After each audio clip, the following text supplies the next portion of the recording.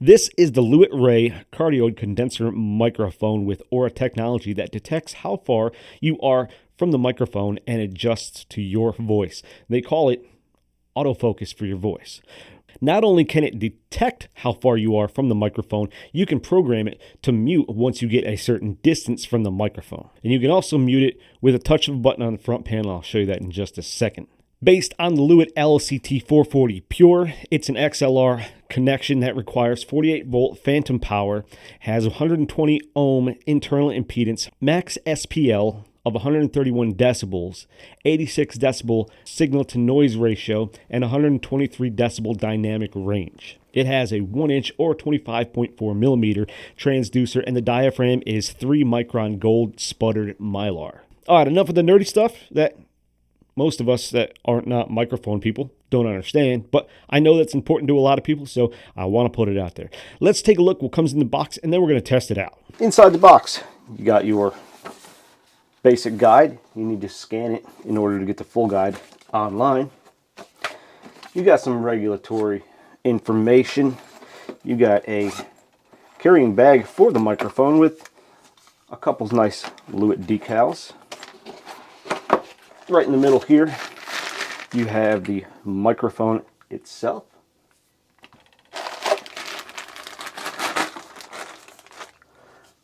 A mounting bracket for your microphone stand. A foam pop shield. And a magnetic pop shield that just kind of, it fits on the mounting bracket itself. And you have a little Velcro cable tie and a bracket adapter. Mounting the microphone is really easy. You unscrew the O-ring down from the bottom there, drop the mic in, make sure your buttons are facing forward, get it centered, and simply screw it back in and tighten it up. Now once you've got it tight, you might have to adjust it slightly. You can either use the foam pop cover or this magnetic cover that pops right on there, but you should always use a pop cover. Today we're going to be using the foam. On the panel of the microphone, you can turn the Aura on and off. You can mute it, or you can set it to mute at a specific distance by pressing and holding the mute button until it turns red. It'll blink for 5 seconds, and you set your point where you want it to mute, and it'll go green. Now, as you're within distance, it'll be green, and when you back up where it mutes, it'll be red. To turn off auto mute, press and hold it again, and it shuts it off. Outside of the audio that you just saw on the close-up of me using the panel and the unboxing, all the other audio in this video is from the Lewitt Ray. Now I'm going to be recording on this side so you can see the lights and the movement from it as I back up, and I'm going to be holding my camera fairly close to my body, and I'll explain why that is in just a second. As you can see on this side, as I back up, the little lines right there also move up, and it shows your distance, and then they'll eventually just disappear once you get so far.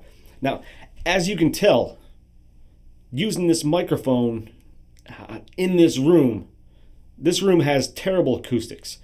So it sounds kind of boxy the further away I get. However, the volume stays about the same.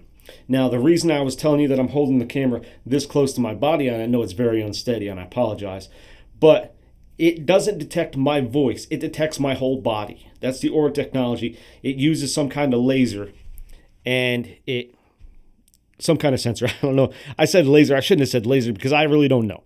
But it's got a sensor in there that detects how far away you are. And if I get this far away, but I put my hand out here or the camera, it's detecting the distance of the camera. So as you can tell, it changed. It detects it.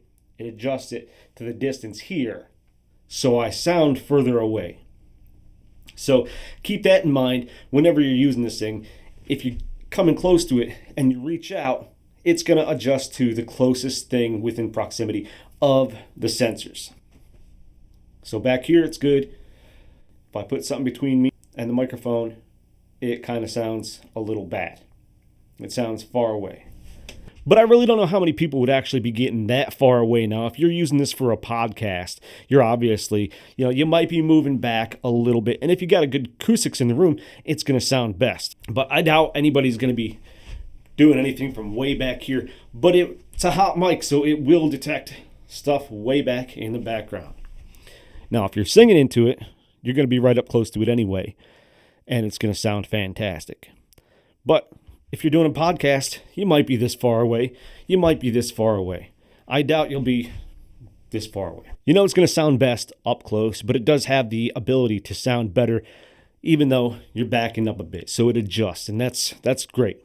So a microphone like this with the technology is not going to be inexpensive like, let's say, the PreSonus PD70, which is a great microphone, and I use it all the time in a lot of my videos.